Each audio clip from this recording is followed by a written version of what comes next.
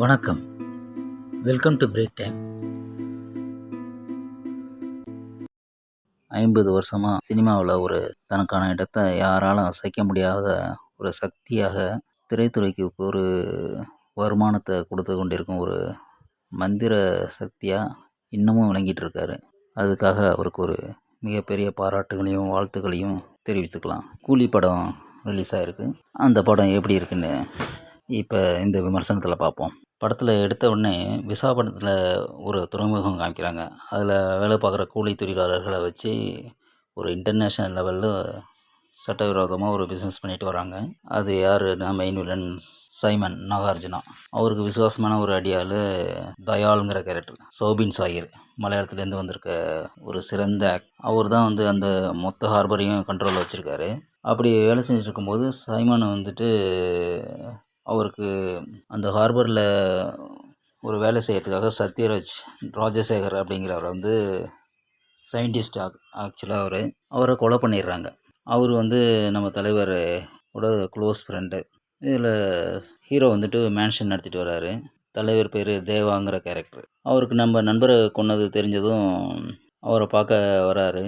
சத்யராஜுக்கு 3 பெண்கள். அதில் ஸ்ருதிஹாசன் மெயினு. சத்யராஜ் யார் கொன்னாங்கன்றதுக்காக கண்டுபிடிக்கிறதுக்காக தலைவர் அந்த பிரச்சனையில் இறங்குறாரு. அவரோட பெண்களையும் காக்கிறதுக்காக போகிறாரு. தன்னுடைய நண்பனை யார் கொன்னா, என்ன ரீசன் அப்படிங்கிறத கண்டுபிடிக்கிறதுக்காகவே சைமன்கிட்ட வேலைக்கு சேர்றாரு. உண்மையிலே ராஜசேகர் யார் கொன்னது, தேவாங்கிறது யார், இவருக்கு ஃப்ளாஷ்பேக்கில் என்ன ஸ்டோரி, அதுக்கு அடுத்து நடக்கிற சம்பவங்கள் தான் இந்த கூலி. கிட்டத்தட்ட விக்ரம் ஸ்டைல்லே ஒரு கதையை பண்ணியிருக்காரு. வழக்கம் போல் தலைவர் தன்னுடைய ஸ்க்ரீன் ப்ரெசன்ஸை எங்கேயும் குறைவில்லாமல் செஞ்சுருக்காரு. அங்கங்கே சின்ன சின்ன சேட்டைகள், ஸ்டைலு, டான்ஸு, சின்ன சின்ன எமோஷன்ஸ் எல்லாமே பக்காவாக பண்ணியிருக்காரு. அது மாஸ் சீன்லேயும் தலைவருக்கான ஸ்டைல்லையே பக்காவான ஸ்க்ரீன் பர்சன்ஸோட அந்த கேமராங்கள் எடிட்டிங்லாம் பக்காவாக இருக்குது. தலைவருக்கு அடுத்து கேரக்டரு பக்காவாக யாருக்கு இருக்குன்னா தயாளனுங்கிற கேரக்டர் சோபினுக்கு தான். அதோட கேரக்டராருக்கு செம்ம அருமையாக பண்ணியிருக்காரு லோகேஷ். ஆக்சுவலாக படத்தில் பார்த்தா த்ரூ அவுட் த ஃபிலிம் வர்றது சோபின் தான். அந்த கேரக்டர் ஜர்னி மட்டும் பக்காவாக எழுதியிருக்காங்க. நாகார்ஜுனா மேலோட்டமாக தான் எழுதியிருக்காங்க. ரொம்ப அழுத்தமாக இல்லை அந்த கேரக்டரு. ஆனால் ஸ்டைலிஷாக அவருக்கான அந்த mannerism, I am the danger, அந்த பாடல், டான்ஸ் வரைக்குமே நல்லா தான் பண்ணியிருக்காரு. இன்டர்வல் பிளாக்லேயும் நல்லாயிருக்கும். சின்ன ட்விஸ்ட்டோட முடிச்சிருப்பாங்க. சயின்டிஸ்டாக வர சத்யராஜ் அவருக்கான ரோலில் பக்காவாக பண்ணியிருக்காரு. ஆனால் ரஜினி சத்யராஜ் ஃப்ரெண்டுன்னு சொல்கிறாங்க. அந்த ஃப்ரெண்ட்ஷிப்கான பாண்டிங்கை சுத்தமாக காமிக்கல. அந்த எமோஷன் சுத்தமாக நமக்கும் கனெக்ட் ஆன மாதிரியே தெரியல. அமீர் கான் கொஞ்சம் நேரத்துக்கு தான் போகிறாரு. அதேமாரி உபேந்திராவும் கொஞ்சம் நேரம் தான். அவரோட ஸ்க்ரீன் ப்ரெசன்ஸ் நல்லா இருக்குது. இருந்தாலும் அந்த கேரக்டர்லாம் திணிச்ச மாதிரி தெரியுது. மல்டி ஸ்டாருக்காகவே வச்சதாக தெரியுது. கதையில் அந்த அளவுக்கு வலு சேர்க்கலை. சினிமாட்டோகிராஃபி கிரீஷ் கங்காதரனோட ஒர்க்கு அருமையாக இருக்குது. Most of the scenes night scene தான். அதுவும் நல்லா தான் பண்ணியிருக்காங்க. அனிருத்தோட பாட்டு எல்லாமே தியேட்டரில் நல்லா வைப்பு கொடுக்குது. அதுமாரி சத்யராஜ் ரஜினி டிஏஜிங் காட்சியெல்லாம் செம்மையாக பண்ணியிருக்காங்க.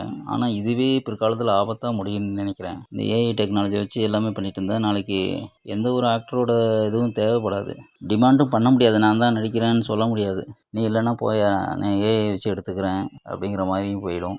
இது டெக்னாலஜினால் இருக்கிற ஒரு சின்ன டேஞ்சரு.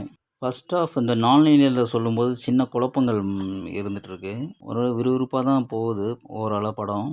என்ன ஒன்று, அந்த கேரக்டரை ஃபஸ்ட் ஹாஃபுக்கு செகண்ட் ஹாஃபுக்கும் ஒரு கேரக்டரை இப்படி தான் சொல்லி இன்ட்ரடியூஸ் பண்ணிவிட்டு திருப்பி அந்த கேரக்டரை வேறு மாதிரி காமிக்கும்போது அது டிஸப்பாயிண்ட் ஆகுது ஆண்டருக்கு. சஸ்பென்ஸ்ன்னு சொல்லி அப்படி சொல்கிறது போது இருந்தாலும் அந்த கேரக்டரை இந்த கேரக்டர் இப்படி தான் நினச்சிட்டு நம்ம படம் பார்க்கும்போது திடீர்னு அவர் அப்படி இல்லைன்ட்டு வேறு மாதிரி சொல்கிறத என்ன சஸ்பென்ஸ் சொல்கிறதுக்கு இருக்குது. கூலியாள்னு சொல்லிட்டு அவரையே இன்ஃபார்மர், போலீஸ் இன்ஃபார்மர் திடீர்னு சொல்கிறது சுத்தமாக நமக்கு எமோஷன் கனெக்ட் ஆகலை. அது நம்பகத்தன்மையாகவும் இல்லை. ட்விஸ்ட்டுன்னு சொல்லி இந்த மாதிரி சின்ன சின்ன வேலைகள் பார்த்துருக்காங்க. ஸோ ஒரு சில இடங்களில் ட்விஸ்ட் ஒர்க் ஆகுது, ஒரு சில இடங்களில் ஒர்க் ஆகலை.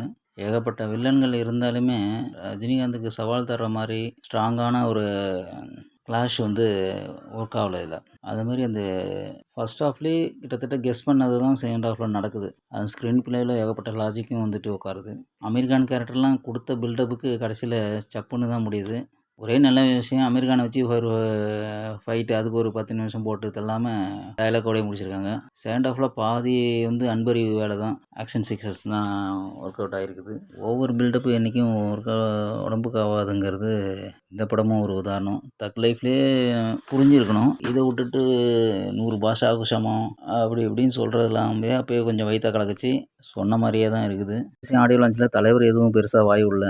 இந்த மாதிரி படம் வந்ததே இல்லை அப்படி இப்படி எதுவும் ஒன்றும் சொல்லலை. ஒரு வாயாலே அவரே இது பாஷாவோட பயங்கரமான படம் அப்படிலாம் எதுவும் சொல்லியிருந்தாருன்னா கஷ்டமாக போயிருக்கும். மற்றவங்க தான் சொன்னாங்க, அப்போவே நம்ம புரிஞ்சிருக்கணும். ஜெயிலர் அளவுக்கு என்டர்டெயின்மெண்ட் பண்ணல. ஏன்னா ஜெயிலரோட காமெடி வந்து ரிப்பீட் ஆடியன்ஸுக்கும் கிடைச்சிது. அந்த ஹியூமர் கண்டென்ட் அதிகமாக இருந்தாலே ரிப்பீட் ஆடியன்ஸ் வந்து வந்துட்டு இருப்பாங்க. இது நார்மல் ஆவரேஜ் மூவி தான், ஒன் டைம் வாட்சபிள் தான். திரும்ப பார்க்குற அளவுக்கு ஒர்த்து இல்லை.